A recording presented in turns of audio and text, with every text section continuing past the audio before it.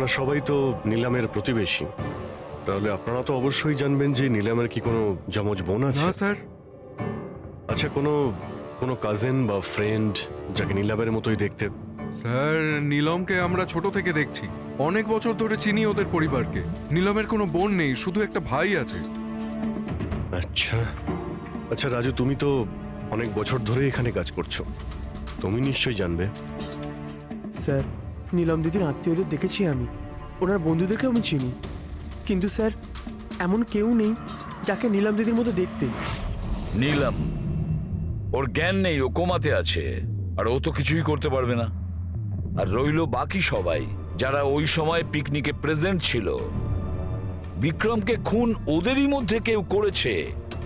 তবে স্যার, এই তাশিয়া বিক্রমের স্ত্রী, ওর মুখ দেখে মনে হচ্ছে না যে ওর স্বামী মারা যাওয়াতে ওর কোনো আফসোস রয়েছে। কিংবা স্যার নীলমের মা বিদ্যা আর ওর ভাই ঋষভ। স্যার, বিক্রম আর ওর বন্ধুরা নীলমকে বিজনেস থেকে সরিয়ে দিয়েছিল, হতে পারে বদলা নেওয়ার জন্য দুজনে মিলে বিক্রমকে প্রাণে মেরে দিয়েছে। স্যার, সন্দেহর তালিকায় তো এও রয়েছে, এই বিক্রমকে জঙ্গলের দিকে পাঠিয়েছিল স্যার। পঙ্কজ, এই 4 জনের ওপর কড়া নজর রাখো। দেখো গত 48 ঘন্টায় কি করছিল, কোথায় কোথায় গিয়েছিল। স্যার, স্যার আমার একটা ব্যাপার একদম ভালো লাগেনি। কি ভালো লাগছে না ভাই? স্যার, আমি নিজে ওই মেয়েটাকে এক্সামিন করে আসছি, বেচারি নিজের হাতটাও নাড়াতে পারে না, আর আমরা ওর ফুটপ্রিন্টস আর ফিঙ্গারপ্রিন্টস খুনির সাথে ম্যাচ করাচ্ছি। দিস ইজ সারিকা, একটা কথা তুমি খুব ভালো করে মনে রাখবে, তুমি এতদিন ধরে সিআইডিতে কাজ করছো। সিআইডির কাজে কোনো ইমোশনের জায়গা নেই, এখানে সবাইকে সন্দেহ করতে হয়। মনে রেখো, ওই মেয়েটাকে 5 জন লোক ওখানে দেখেছে, বুঝলে? ইমোশনের কি আছে? এক কাজ করো, এই সব ফিঙ্গারপ্রিন্টস যেগুলো পূরবী আমাদের এনে দিয়েছে, আর ওই দড়ি থেকে কুড়ুল থেকে যে ফিঙ্গারপ্রিন্টস আমরা পেয়েছি, ওগুলো আমি সেভ করেছি। একটু ম্যাচ করে দেখো যদি কিছু পাওয়া যায়।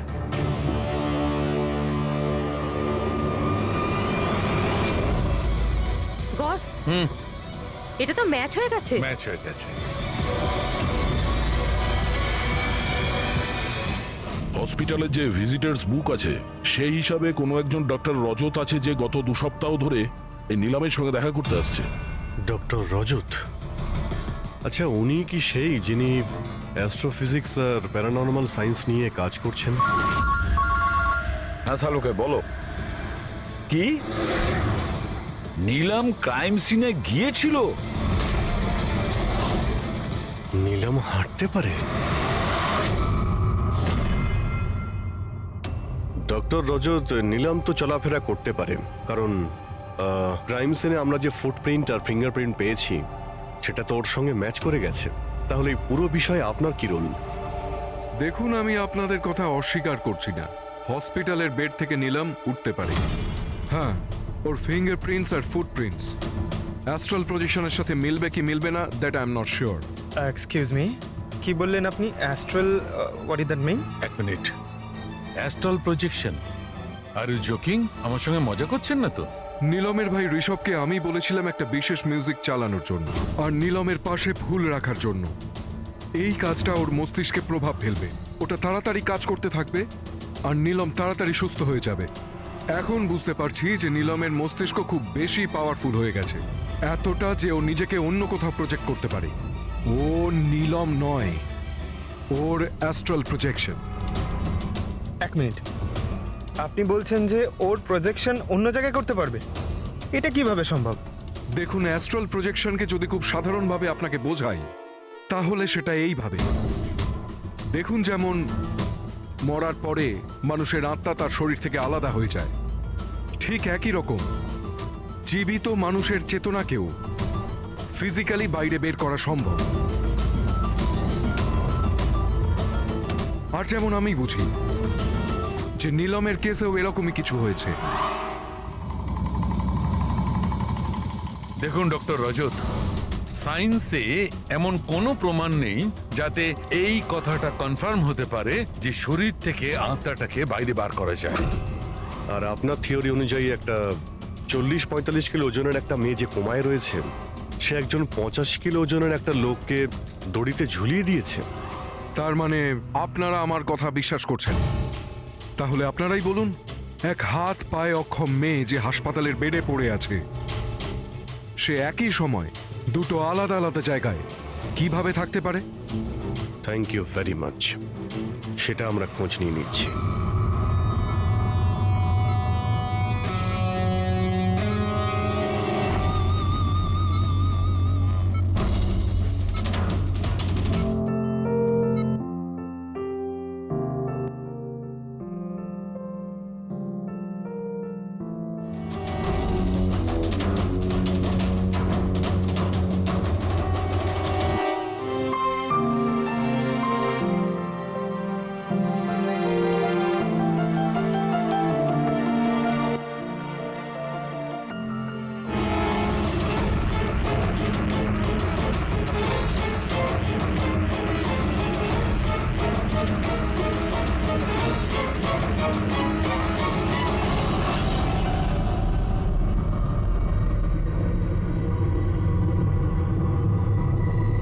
শোনো, আমি তোমাকে কিছু বলতে চাই।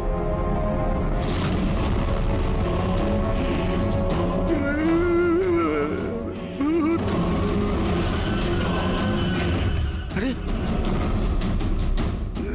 এই মাত্র তো ছিল।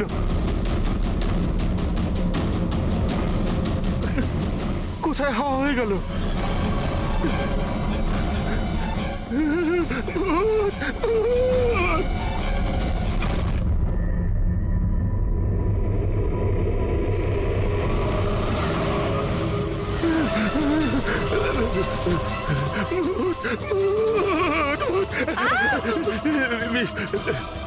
ওখানে ভূত। কোথায়? পুরবি, আমি ওকে নিজের চোখে দেখেছি, ওখানে দাঁড়িয়ে ছিল। ও হঠাৎ করে উধাও হয়ে গেল। কিন্তু নীলাম তো এখানেই ছিল, এখান থেকে ওঠেও নি। এই নীলাম একই সময় দু জায়গাতে?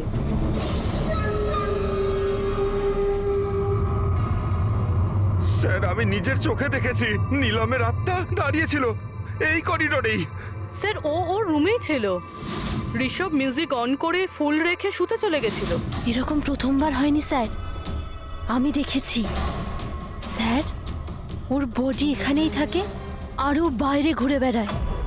দেখলেন, আমি আপনাদের আগেই বলেছিলাম, মিউজিক আর ফুলের জন্য ওর নার্ভের সক্রিয়তা বেড়ে যায়, আর সেই অবস্থায় ওর আত্মা শরীরের বাইরে চলে যায়। Astral projection.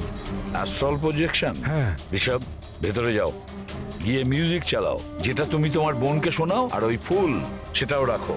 হ্যাঁ স্যার। এবারে দেখবো।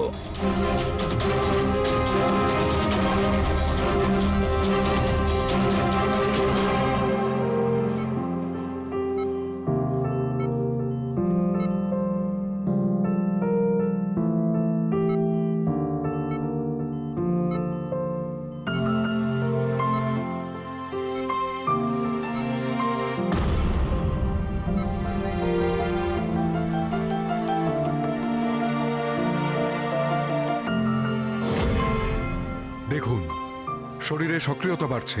আমি আপনাকে বলেছিলাম না আমি ভুল বলিনি? ঠিক আছে ডক্টর, ওর আঙ্গুলটা নড়াচড়া করছে, কিন্তু ওর অ্যাস্ট্রাল প্রজেকশন কোথায়? শুধু তো আঙ্গুলের রিয়াকশন দেখছি। তাহলে কি পুরো হসপিটালে ওর আঙ্গুলের ছাপ খুঁজে বেড়াবো? যদি ওর আত্মা ওর শরীর থেকে বেরিয়ে অন্য কোথাও যায়, তাহলে ওর ফুটপ্রিন্ট আর ফিঙ্গারপ্রিন্টও সাথে নিয়ে যায়, তাই না? দেখুন, আপনাকে বুঝতে হবে, নীলমের আত্মা আপনার অর্ডারে তার শরীর ছেড়ে বাইরে আসবে না। এটা নিজে থেকেই স্বেচ্ছায় আসবে। ও প্লিজ ডক্টর, আপনার এই সায়েন্সের কথাবার্তা আমাদের মাথাতেই ঢুকছে না। এই কেসটা আমরা সলভ করব, বুঝেছেন? আপনারা আমার কথাকে বিশ্বাস করুন। এক্সকিউজ মি, আসুন। দেখুন দেখুন নিলামকে। ওর অবস্থা দেখে আপনাদের মনে হচ্ছে যে হসপিটাল থেকে বাইরে বেরিয়ে ও কাউকে মার্ডার করতে পারে? হ্যাঁ স্যার, আমরা প্রত্যেক ওকে দেখেছিলাম, ওটা নীলমই ছিল, আর আমাদের কোনো ভুল হয়নি স্যার। 1 মাস হয়েছে তোর অ্যাক্সিডেন্টের, এটা হতেই পারে যে অভিনয় করছে, হাঁটাচলা করতে পারে। সিদ্ধার্থ, ও সত্যি বেড থেকে নড়াচড়া করার অবস্থায় নেই। তাহলে ওটা কে ছিল? যাকে আমরা ওখানে দেখেছিলাম? ওই দেখো নিলাম। স্যার আমি বলেছিলাম না নীলমের আত্মা ওর শরীর থেকে। Thank you very much. আপনি আমার ওদিকে গিয়ে বসুন। আপনারাও প্লিজ ওদিকটা গিয়ে বসুন, প্লিজ ওদিকটা গিয়ে বসুন। স্যার, এর আঙুল আর পায়ের ছাপ ম্যাচ কিভাবে হতে পারে? হতে পারে যদি কেউ নিলামের ফিঙ্গারপ্রিন্টস আর পায়ের ছাপ ক্রাইম সিনে ছেড়ে আসে তবে। কি হলো স্যার? একটা কথা আমার মাথায় ঘুরছে। বিক্রমের মৃত্যুর পরে তোমাদের মনে আছে বিক্রমের বন্ধুরা কি বলেছিল? স্যার, নীলম আমাদের প্রত্যেকেরই কমন ফ্রেন্ড, আর 2 মাস ধরে তো নীলমের সাথে আমাদের কোনো যোগাযোগই ছিল না। সিদ্ধার্থ কি করে জানলো যে নিলামের অ্যাক্সিডেন্ট 1 মাস আগে হয়েছিল? 1 মাস হয়েছে তোর অ্যাক্সিডেন্টের, হাঁটাচলা করতে পারে, এটা হতেই পারে যে অভিনয় করছে। সিদ্ধার্থ, রে, তাশিয়া, মনিকা আর ভূমি, এদের সবাইকে বিউরোতে নিয়ে এসো। সিদ্ধার্থ,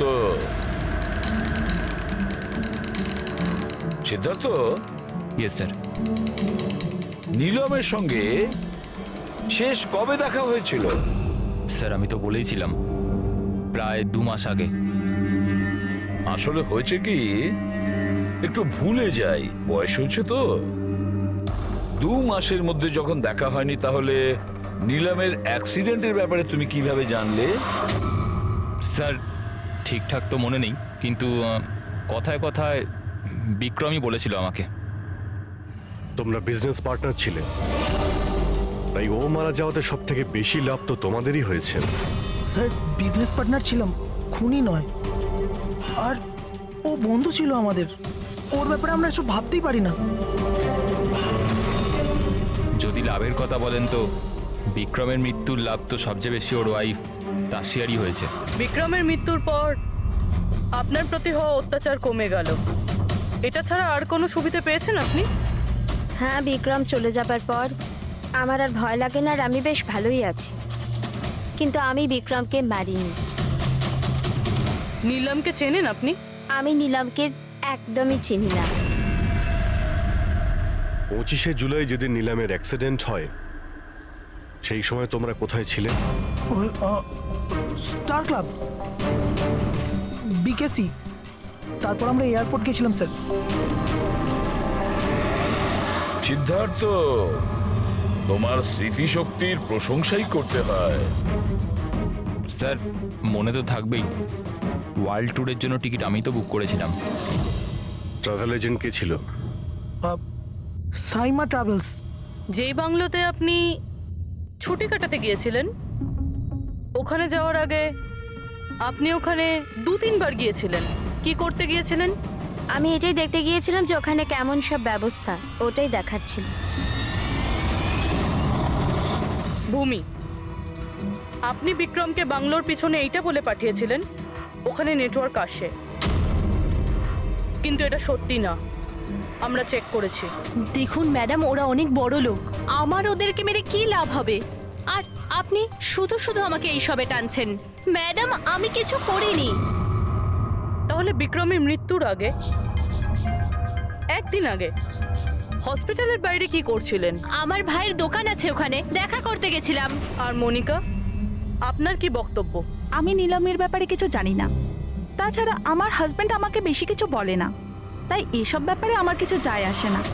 স্যার এই 5 জনের মধ্যে বিক্রমের খুন যেই করুক, কিন্তু বিক্রমের খুন আর নিলামের যে অ্যাক্সিডেন্ট, এদের মধ্যে কোনো না কোনো সম্পর্ক তো আছে স্যার। রাইট। এটা অ্যাস্ট্রাল প্রজেকশনের ব্যাপার নাকি যমজের, কিন্তু এটা তো শিওর যে এদের মধ্যে কেউ আছে যে নিলামের এই অবস্থার সুযোগ নিচ্ছে। নিলামের অ্যাক্সিডেন্ট পালোমি ব্রিজে 25শে জুলাই হয়েছিল, আর পুলিশ খবর পায় ওই দিন সকালে 4টে থেকে 5টার মধ্যে। এটা খোঁজ নিতে হবে যে ওই 3 জন, বিক্রম, সিদ্ধার্থ আর রে, 25শে জুলাই কোথায় ছিল, আর কে নিলামের অ্যাক্সিডেন্টের ব্যাপারে প্রথম জানতে পারে। আর হ্যাঁ অভিজিৎ, ওই সাইমা ট্রাভেলস, ওখানেও ভালো করে জিজ্ঞাসাবাদ করো। সো পুরবি, আজকে রাত্রে এই হসপিটালেই থাকো, কিন্তু একটা কথা মনে রেখো, ওই রুমে আজ না কোনো মিউজিক বাজবে না কোনো ফুল থাকবে। শুধু এটা খেয়াল রাখতে হবে যে নিলামের শরীর থেকে নিলাম বাইরে কিভাবে যায়। বিক্রম, রে, সিদ্ধার্থ, এদেরকে আপনি অবশ্যই চেনেন। ওদের ওয়ার্ল্ড ট্যুরের টিকিট তো আপনিই বুক করিয়েছিলেন না? হ্যাঁ স্যার। স্যার ওরা খুব অদ্ভুত লোক। স্যার প্রথমে ওরা দিল্লি যেতে চেয়েছিল, বুকিংও হয়েছিল, কিন্তু হঠাৎ করে বললো যে 3-4 ঘন্টার মধ্যে জোগাড় করে দাও, ওয়ার্ল্ড ট্যুরে বেরোবো। দেখুন ডিটেলে বলুন আপনাদের কি কথা হয়েছিল। হ্যাঁ স্যার। ওই অ্যাক্সিডেন্টের ব্যাপারে কি করে জানলেন আপনারা? স্যার সকাল 4টের সময় আমাদের কাছে খবর এসেছিল যে একটা গাড়ি ব্রিজ থেকে নিচে পড়ে গেছে। আমি আমার টিম নিয়ে এখানে পৌঁছই আর ওই মেয়েটাকে গাড়ি থেকে বাইরে বের করি। কিন্তু স্যার অবাক হওয়ার বিষয় হলো এটাই যে এত ভয়ঙ্কর অ্যাক্সিডেন্টের পরেও মেয়েটার শ্বাস চলছিল। তদন্ত করে কি জানতে পেরেছেন? এটা কোনো অ্যাক্সিডেন্ট ছিল নাকি কেউ জেনে শুনে কাজটা করেছিল? অ্যাক্সিডেন্ট ছিল স্যার। মেয়েটাকে নেশাগ্রস্ত অবস্থায় গাড়িতে পাওয়া গেছে। কিন্তু স্যার অবাক হওয়ার মতো বিষয় এই যে সিসিটিভি ফুটেজে না মেয়েটাকে দেখা গেছে না মেয়েটার গাড়িটাকে। ও যে এখানে কি করে পৌঁছলো সেটা কিছুতেই বুঝতে পারছি না। আচ্ছা, অ্যাক্সিডেন্ট তো 1 মাস হয়ে গেছে, কিন্তু এর ফুটেজ তো পেয়ে যাবো। একটা কাজ করো, এই 24 জুলাইয়ের রাতে ক্লাব ভিস্টা থেকে এয়ারপোর্ট যাওয়ার মধ্যে যতগুলো সিসিটিভি ক্যামেরা আছে সবগুলোকে চেক করো। আর হ্যাঁ, ওই হাইওয়েরও নিয়ে নাও যেটা পুলমি ব্রিজের দিকে যায়, যেখানে নিলামের কারের অ্যাক্সিডেন্ট হয়েছিল। স্যার 25শে জুলাই রাতে বিক্রম স্যার ফোন করেছিল। স্যার উনি বললেন যে ওনারা 3 জনে ওয়ার্ল্ড ট্যুরে যাবেন, এই জন্য নেক্সট ফ্লাইটেই টিকিট বুক করে দিতে। স্যার আমার খুব অদ্ভুত লেগেছিল ব্যাপারটা, কিন্তু স্যার ওনার কথা থেকে এটা মনে হচ্ছিল যে কিছু তো একটা গড়বড় চলছে। I see. বুঝতে পারছি না নিলমকে সবাই সব জায়গায় দেখতে পাচ্ছে কি করে, যখন ও নিজের বিছানা থেকেই উঠতে পারছে না। হ্যাঁ স্যার, আমি এখানেই আছি, আর নীলমও আমার চোখের সামনে আছে, ওইভাবে বিছানায় শুয়ে। আর এই নীলমের মতন দেখতে মেয়েটাকেও দেখতে পাইনি, সব কিছু নর্মাল। কামন ইয়ার মনিকা, তোমার কি মনে হয় বিক্রমের মৃত্যুর পর নীলম আমাকে আর রেকে মেরে দেবে? আরে রিল্যাক্স ইয়ার, রে আমার সাথেই আছে, কিচ্ছু হবে না, আমরা বাড়িতেই আসছি।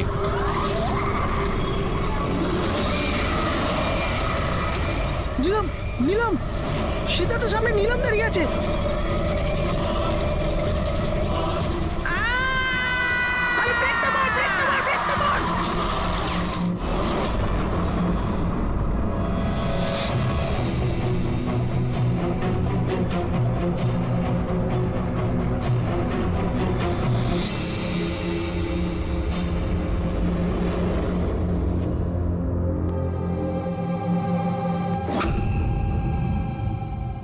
হোটেল থেকে এয়ারপোর্ট পৌঁছতে কমপক্ষে 2 ঘন্টা লাগে।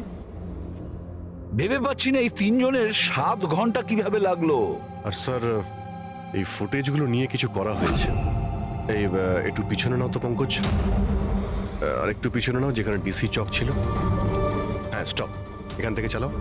আর এটা পরের ফ্রেমে উধাও। এই ফুটেজ এডিট করা হয়েছে স্যার, এডিট করা হয়েছে। পুলমি ব্রিজের দিকে যাওয়ার রাস্তার সমস্ত সিসিটিভি ফুটেজ তো আমরা চেক করেছি। নিলামের কার তো কোথাও দেখতেই পাইনি। আর যদি নিলাম এই রাস্তা দিয়ে না যায় তাহলে ওর গাড়ি ওখানে ওই পুলমি ব্রিজের নিচে কি করে গেল? স্যার মনে হচ্ছে নিলামের সঙ্গে ওখানে কিছু হয়েছিল, যেখান থেকে ফুটেজে গাড়িটা উধাও হয়েছে। পুলিশের রিপোর্ট অনুযায়ী নিলামের অ্যাক্সিডেন্ট হয়েছিল 25 তারিখ সকালে 4টে থেকে 5টার মধ্যে, মানে অ্যাক্সিডেন্টটা 24 তারিখ রাত্রে হয়েছিল। যে ট্রাফিক পুলিশ ওই সময় ডিউটিতে ছিল আর সার্ভিলেন্স কপস ডিউটিতে ছিল, ওদের সাথে কথা বলতে হবে। Hello, what? এখন কোথায়? ওকে, ঠিক আছে, আমরা আসছি। স্যার এই আমরা আমাদের তরফে সম্পূর্ণ চেষ্টা করেছি, কিন্তু এখন পেশেন্টকে বাঁচানো খুব মুশকিল। কি হলো? কিভাবে অ্যাক্সিডেন্ট হলো? কি করে মানে? এইসব নীলমের জন্যই হয়েছে, এইসব নীলম করেছে। এটা আপনি কি করে জানলেন? আমি ফোনে শুনেছিলাম, রে সিদ্ধার্থকে বলল যে সামনে রাস্তায় নীলম দাঁড়িয়ে আছে। নীলম, সিদ্ধার্থ সামনে নীলম দাঁড়িয়ে আছে। ওরা দুজনেই খুব ভয় পেয়ে গেছিল। পুরবি তুমি নিলামের কাছেই ছিলে তো? স্যার স্যার নীলম হসপিটালেই ছিল, ওর বাইরে যাওয়ার প্রশ্নই ওঠে না। আপনাকে এই অ্যাক্সিডেন্টের খবর কে দিয়েছে? 12:30টার সময় কারো ফোন এসেছিল, কিন্তু ফোনেতে নিজের নামটাও বলেনি। আমরা যখন অ্যাক্সিডেন্ট স্পটে পৌঁছলাম, কারটা তখন পাল্টি মেরে রাস্তার নিচে পড়েছিল। ভেতরে সিদ্ধার্থ রক্তে মাখামাখি হয়েছিল, আর রের শরীরটাও জানলা দিয়ে অর্ধেক ঝুলেছিল। এক কাজ করি, সিদ্ধার্থ আর রে দুজনের মেডিকেল রিপোর্ট আর ওই গাড়িটাকে নিয়ে ফরেন্সিক ল্যাবে পাঠিয়ে দাও। এখানে সব জায়গায় পুলিশ প্রহরা আছে স্যার, সব বন্দোবস্ত হয়ে গেছে স্যার। Very good. আর আশপাশের সমস্ত রাস্তায় ব্যারিকেড লাগিয়ে দাও, ঠিক আছে? কেউ যেন আসতে যেতে না পারে। Over and out. একটা গাড়িও যেন এদিক দিয়ে না যেতে পারে। হ্যাঁ স্যার। যারা হেঁটে হেঁটে যাবে তাদের বলে দাও অন্য রাস্তা দিয়ে যেতে। কাল সকালবেলা এখান দিয়ে ভিআইপির একটা বড় কনভয়ে যাবে, আর ভেতর থেকে আমরা খবর পেয়েছি যে ওই কনভয়ের মধ্যে একটা গন্ডগোল হতে চলেছে। কারোর ওপর যদি একটুও সন্দেহ হয় সঙ্গে সঙ্গে আমাকে জানাবে। সব সিসিটিভি ক্যামেরা জাজ হয়ে গেছে, সব ঠিকঠাক কাজ করছে। গুড।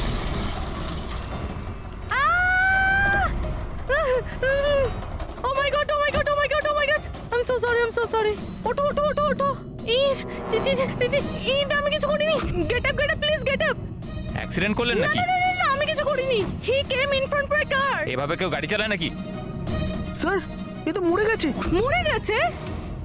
না না না না না, আমি কিছু করিনি। আরে ম্যাডাম, এই সিসিটিভি ক্যামেরাতে সবকিছু রেকর্ড হয়ে গেছে। এটা চালু আছে? হ্যাঁ চলে এগুলো। এটা কেন চলে?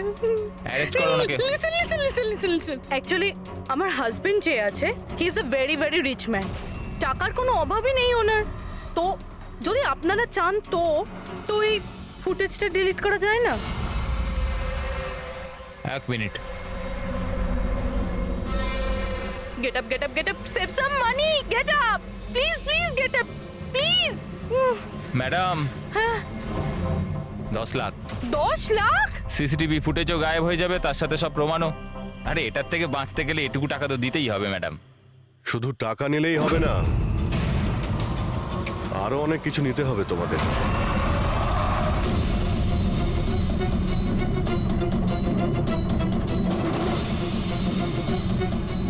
স্যার, তোমরা জানো তোমাদের ডিউটি আজকে এখানে কেন ছিল? কারণ আমরা জানতে চেয়েছিলাম যে 24শে জুলাই রাতে এখানে কার ডিউটি ছিল আর কে টাকা নিয়ে অপরাধীদের ছেড়ে দিয়েছিল। তোমার মতো লোকের পুলিশে থাকার কোনো অধিকার নেই। এবার পরিষ্কার করে বলো, সেই রাতে কি হয়েছিল? তাহলে তোমরাই কি ওই সার্ভেলেন্সের ফিল্মটা এডিট করেছিলে? স্যার ওরা বড্ড প্রেশার দিচ্ছিল। আরে ওরা বড় বড় বিজনেসম্যান, স্যার ওদের হাত অনেক ওপর অবধি। চুপ করো, পরিষ্কার করে বলো কি হয়েছিল। স্যার ওই রাত্রির প্রায় 2:30টার সময় বিক্রম, রে আর সিদ্ধার্থর গাড়িটা নীলমের গাড়িটাকে ধাক্কা মারে, আর ওদের মনে হলো যে মেয়েটা মরে গেছে। ওরা বড্ড ঘাবড়ে গেছিল স্যার। ওরা শুধু আমাদেরকে এটুকুই করতে বলেছিল যে এই সিসিটিভি ফুটেজের ওদের অংশটুকু যেন আমরা বাদ দিয়ে দিই, বাকি মেয়েটা আর ওই গাড়িটার ব্যবস্থা ওরা নিজেরাই করে নিতে পারবো বলেছিল। স্যার সেই জন্য নীলম প্রতিশোধ নিচ্ছে। যখন ওর অ্যাক্সিডেন্ট হয় এরা তিনজন ওকে এখানেই ফেলে গেছিল। নিলাম নয়, অন্য কেউ, যে রে, সিদ্ধার্থ আর বিক্রান্তের উপরে প্রতিশোধ নিচ্ছে।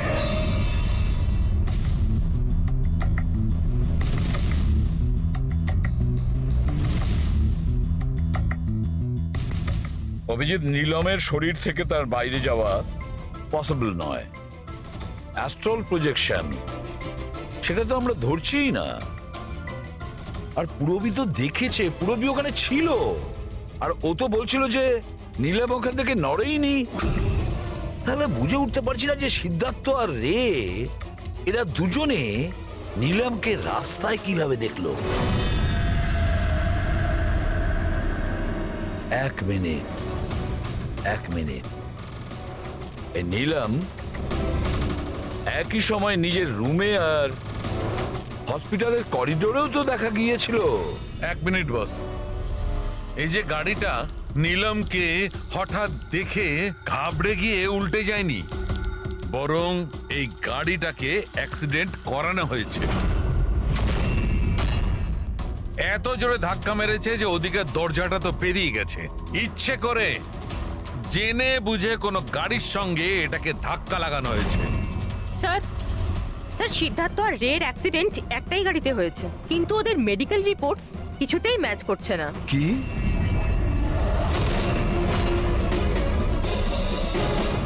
হ্যাঁ বস।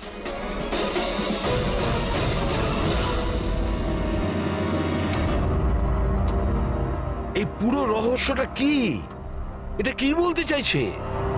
ফিঙ্গারপ্রিন্টস আর ফুটপ্রিন্টস ম্যাচ করা, দুটোই তো অ্যাক্সিডেন্ট। আর সারিকা বলছে যে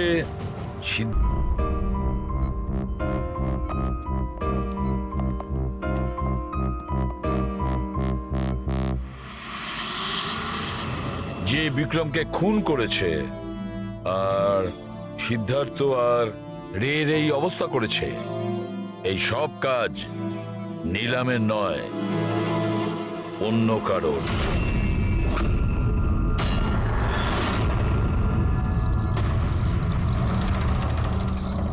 রে রে তোমার যেখানে অ্যাক্সিডেন্ট হয়েছিল সেখানে সিআইডির অফিসাররা গিয়েছিল। আর তাছাড়া তোমার গাড়ির কন্ডিশন আর তোমাদের মেডিকেল রিপোর্টও চেক করা হয়েছে। ওটা খুব সাংঘাতিক অ্যাক্সিডেন্ট হয়েছিল। দেখো সিদ্ধার্থর কিরকম অবস্থা। কিন্তু একটা জিনিস দেখে ভালো লাগছে, এত বড় অ্যাক্সিডেন্ট, এত সাংঘাতিক অ্যাক্সিডেন্ট যেখানে সিদ্ধার্থর এরকম অবস্থা, সেখানে তোমার তো শুধু এত সামান্য আঘাতটা লেগেছে কিভাবে? আচ্ছা এই অ্যাক্সিডেন্টটা হলো কিভাবে? আসলে ওই আমি রাস্তাতে আমি নিলামকে দেখেছি, আর এই কথাটাই আমি সিদ্ধার্থকে বলেছি। ওই ভয় পেয়ে গাড়ি টার্ন করতে গেল, গাড়ি স্পিডে ছিল তো কন্ট্রোল হলো না, আর গাড়ি উল্টে গেল। না না না না না, মিথ্যে কথা বলছো তুমি। তোমার গাড়ি উল্টে যায়নি, অন্য গাড়ি এসে তোমাকে ধাক্কা মারে। কে?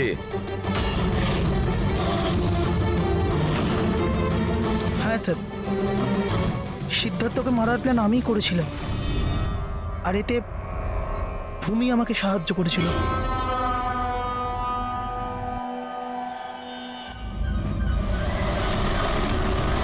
আরে ব্রেকটা মার, ব্রেকটা মার, ব্রেকটা মার!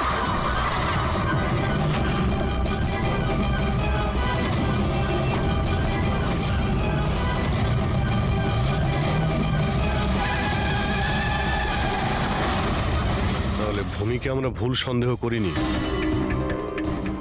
আর নিলামের হলোগ্রাম ওটাও তুমি বানিয়েছিলে, তাই তো? এই নিলাম একই সময় নিজের রুমে আর হসপিটালের করিডোরেও তো দেখা গিয়েছিল। এটা শুধু একটা কারণেই ঘটতে পারে, শুধু একটা কারণে। 3D হলোগ্রাম মানে নিলাম ছিল না, নিলামের ফটো ছিল। হ্যাঁ স্যার, ওই হলোগ্রাম আমি বানিয়েছিলাম, কিন্তু নীলামকে এই অবস্থায় পৌঁছানোর দায়ী আমি নই স্যার।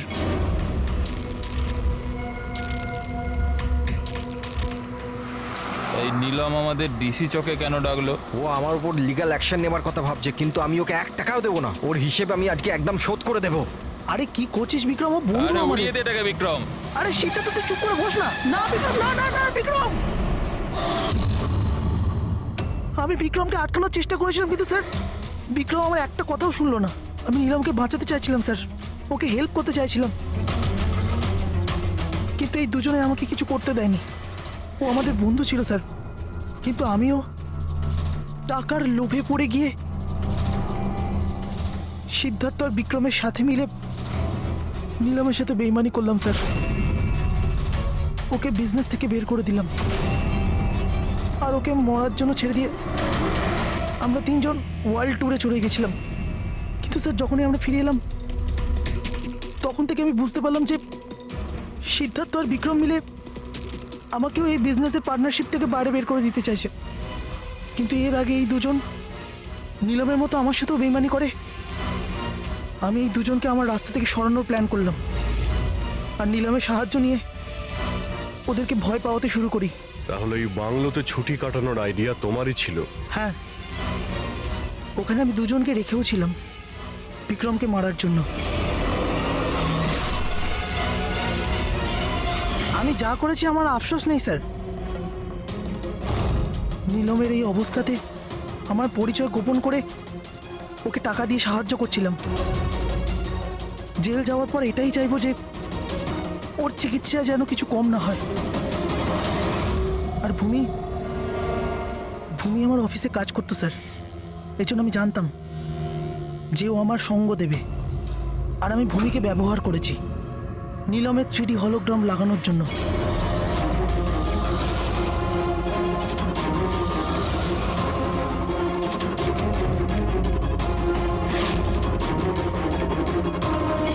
তুমি আর ভূমি যা করেছো সেটা অন্যায়। আইন তোমাদের কোনোদিন ক্ষমা করবে না।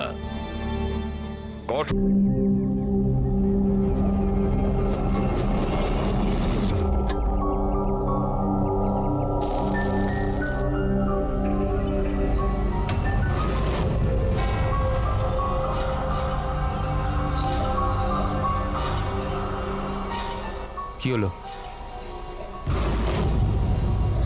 বুঝলি সিদ্ধার্থ, এটা ভেবে অবাক লাগছে যে এতক্ষণ সময় হয়ে গেল আর কেউ আমাদের ওই ব্যাপারে কিচ্ছু জিজ্ঞেস করলো না।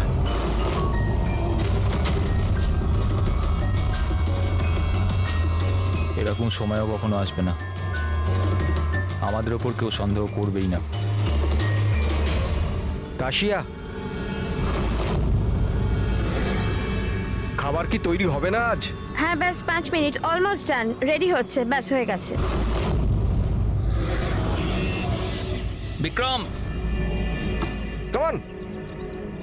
আমি সিদ্ধার্থকে অনেকবার জিজ্ঞাসা করলাম যে তুমি হঠাৎ রে আর বিক্রমের সাথে 2 সপ্তাহের জন্য ছুটিতে কেন গিয়েছিলে, কিন্তু ও বলেছিল যে বিজনেসের ব্যাপার।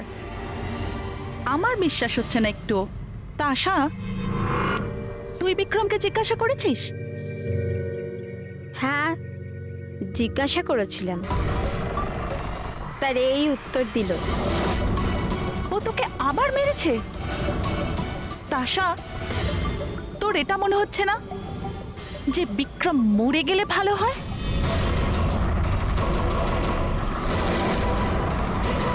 হ্যাঁ।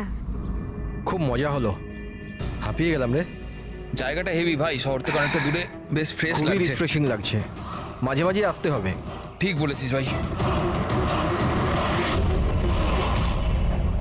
গুড জব ভূমি, অ্যারেঞ্জমেন্ট দারুণ হয়েছে। Thank you sir. Hello hello, এখানে নেটওয়ার্ক আসে না নাকি?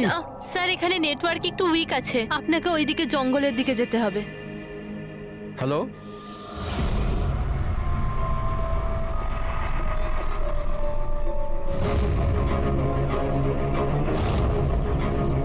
হ্যালো, তোর নেটওয়ার্ক কেন আসছে না? হ্যালো,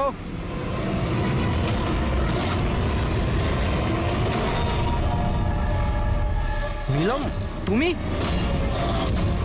নীলম? নীলম, নীলম,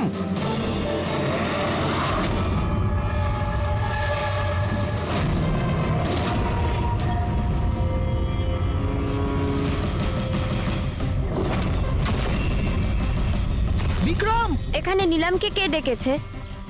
বিক্রম? ও কেন ডাকতে যাবে? কিন্তু ও এখানে কি করে এলো? ওই দেখো নীলম!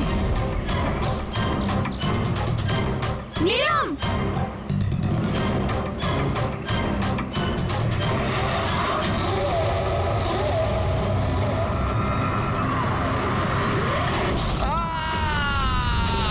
বিক্রমের চিৎকার এটা।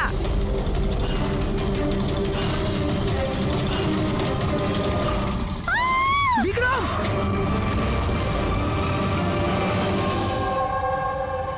তোমরা সবাই বলতে চাইছো যে বিক্রমকে এখানে নীলম ইচ্ছে করে ডেকেছিল যাতে ওকে সহজেই মারতে পারে, তাই তো? আচ্ছা, আপনারা কি নীলমকে দেখেছিলেন নাকি বিক্রমের মুখ থেকে শুধু শুনেছিলেন?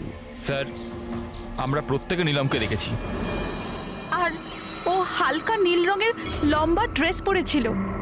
আচ্ছা, এই নীলম কে আর ও এখানে কি করে এলো?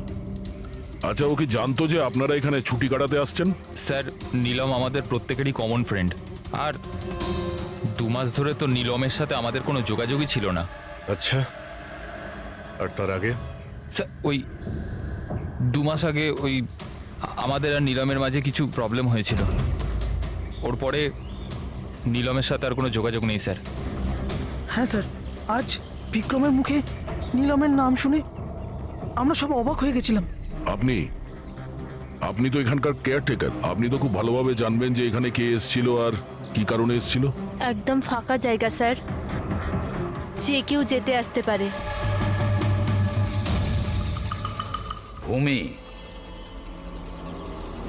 তুমি বিক্রমকে জঙ্গলে পাঠিয়েছিলে তো ফোনে কথা বলার জন্য? স্যার কারণ ওখানে নেটওয়ার্ক খুব উইক থাকে, তার জন্য।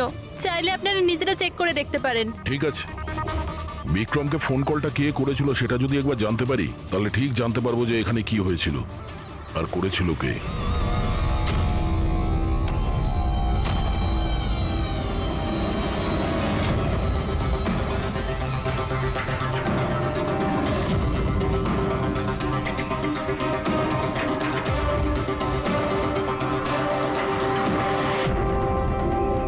রেডি? এর উপরে ওঠো। এই নাও। কে? আমি? আরে পা দাও, ওইতে পা। চলো। আরে স্যার, কিচ্ছু হবে না। হ্যাঁ, সাবধানে। তাড়াতাড়ি করো। আরে আরে স্যার, ধরে নাও এটা। স্যার সাবধানে, নয়তো আমি পড়ে যাবো কিন্তু।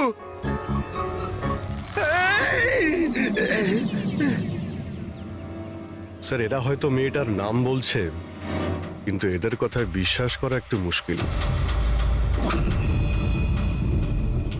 বিক্রমের ওজন প্রায় 70 থেকে 80 কিলো হবে। একটা মেয়ে ওকে কুড়ুল দিয়ে মারার পরে ওর লাশটাকে ফাঁসিতে ঝুলিয়ে দেয়। অদ্ভুত মনে হচ্ছে না স্যার? নীলম? এই নীলমটা আবার কে? কি উদ্দেশ্য থাকতে পারে তার? স্যার বিক্রমের কাছে একটা আননোন নাম্বার থেকে ফোন এসেছিল। সেই নাম্বারটা ট্রেস তো হচ্ছে না, বোধহয় সিম কার্ডটা ডিস্ট্রয় করে ফেলেছে। হ্যাঁ স্যার, ওই ভূমি কেয়ারটেকার, ওর আচরণ ও কেমন যেন সন্দেহজনক। ঠিক আছে, দেখা যাক। নীলামের সঙ্গে দেখা করি আগে। এক্সকিউজ মি, এটা কি নীলামেরই বাড়ি? হ্যাঁ, এটা নীলমেরই তো বাড়ি, আর আমি ওর মা হই। আপনারা কারা? আমরা সিআইডি থেকে। সিআইডি? বলুন কি ব্যাপার? অ্যাকচুয়ালি পিনাকি ওয়েস্টে একটা ফার্ম হাউস আছে, সেখানে খুন হয়েছে। ওখানে যারা ছিল তারা এটা বলছে যে ওখানে নীলামকে দেখেছিল। কি তাহলে আপনারা এটাই বলতে চান যে নীলম কাউকে খুন করে দিয়েছে, আর আপনারা ওর বাড়িতে ওর সাথে দেখা করতে এসেছেন? হ্যাঁ। নীলাম কোথায়? আসুন আমার সাথে। কোথায়? আপনারা নীলমের সাথে দেখা করতে চান না? আসুন, আমি দেখা করাচ্ছি নীলমের সাথে।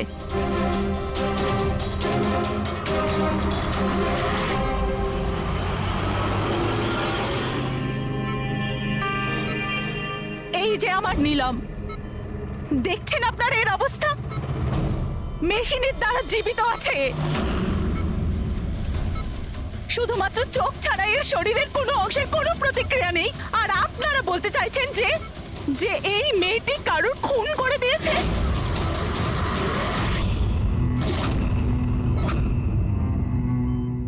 খুন করেছে আমার দিদি? নীলামের এরকম অবস্থা কবে থেকে আর কিভাবে? গত মাস থেকে। ওর সেই গাড়ি অ্যাক্সিডেন্ট হয়েছিল, তারপর। এই অ্যাক্সিডেন্ট হলো কি করে? মানে কেউ এসে ধাক্কা মেরেছিল না গাড়ির ব্রেক ফেল হয়ে গেছিল? ওই নীলম নেশা করেছিল। আপনারা কারা আর এসব কি হচ্ছে? আমরা সিআইডি থেকে এসেছি। সিআইডি? দেখুন ডক্টর, ওর খুব কাছের বন্ধু বিক্রম, যাকে কেউ নৃশংসভাবে হত্যা করেছে। আর ওখানে যারা ছিল তাদের বক্তব্য হলো এও নাকি ওখানে উপস্থিত ছিল। দিস ইজ নট পসিবল, এটা হতে পারে না। ওরা সবাই মিথ্যে কথা বলছে। বিক্রম আর ওর বন্ধুরা একেবারেই দিদির বন্ধু নয়, বিজনেস পার্টনার ছিল। চিট করেছে ওরা দিদিকে, ঠকিয়ে বিজনেস থেকে আলাদা করে দিয়েছে। ভালোই হয়েছে, ওই 3 জন চিটারের মধ্যে একজন মারা গেছে। খুব ভালো হয়েছে। আমাদের কাছে 5 জন আই উইটনেস আছে, প্রত্যক্ষদর্শী, যারা ওকে ওখানে ঘটনা ঘটার সময় দেখেছিল। আপনি বলতে চাইছেন ওর অবস্থা খুব শোচনীয়? দেখুন, আপনার কথা শুনে আমি খুব অবাক হয়েছি। নীলম সেই অবস্থাতেই নেই যে কোনো মুভমেন্ট করতে পারে। ও নিজের ইচ্ছায় একটা আঙুলও নাড়াতে পারবে না। হ্যাঁ, এটা ঠিক যে ও আমাদের দেখতে পারে, আমাদের শুনতে পারে, আমাদের বুঝতে পারে, কিন্তু এর থেকে বেশি কিছু নয়। ও যে কিছুটা করতে পারছে সেটা আমাদের দেওয়া স্টিমুলেশনের জন্য। মানে আমরা কন্টিনিউয়াসলি ওর ব্রেন ম্যাপিং করছি, ওর মস্তিষ্কের অবস্থার প্রোগ্রেস দেখার জন্য। এটা জানার জন্য যে নীলমের শোনার, দেখার, শোয়ার আর স্পর্শ অনুভব করার কতটা ক্ষমতা আছে, যাতে ওর রিকভারি তাড়াতাড়ি হতে পারে। কিন্তু নীলম শুধু মিউজিক আর ফ্রেগ্রেন্স, তার মানে সুগন্ধতে রিয়্যাক্ট করছে, কারণ ওর মস্তিষ্ক এইসব জিনিসে রেসপন্ড করে। নীলম এই মুহূর্তে একটা প্রাণহীন ফার্নিচারের মতো। ও এখান থেকে নড়তেই পারবে না, কারণ মার্ডার কি করে করবে? বিক্রম নীলামকে দেখেছিল আর ওর পিছু নিয়েছিল। রে, সিদ্ধার্থ আর তাশিয়া, মনিকাও দেখেছিল। এতজন দেখেছে, সবার ভুল হতে পারে, এটা কি করে সম্ভব? কিন্তু নীলমের এই অবস্থা তো আমরা দেখছি স্যার। দেখুন ডক্টর, আপনাদের হসপিটালের গেট থেকে শুরু করে এই পুরো হসপিটালের সিসিটিভি ফুটেজ আমি দেখতে চাই। সরি স্যার, গত সপ্তাহে সিসিটিভি ক্যামেরা খারাপ হয়ে গেছে, কোনো ফুটেজ তো নেই আমাদের কাছে। এখন ডক্টর, একটা কথা মনে রাখবেন যে যদি এটা প্রমাণ হয় যে নীলামি ক্রাইম সিনে ছিল, তাহলে আপনার লাইসেন্স ক্যান্সেল হতে পারে।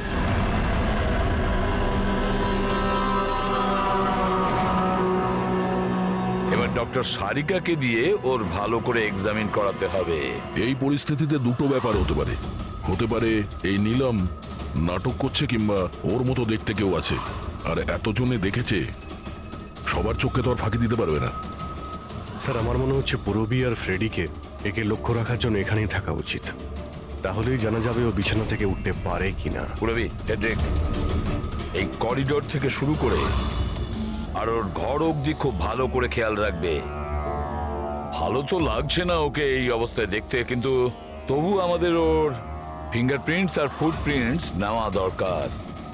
আর তাছাড়া নীলামের ভাই আর মা ছাড়া ওখানে আর কে কে আসেন ওর খোঁজ নিতে, ওর সঙ্গে দেখা করতে, সেটাও দেখতে হবে।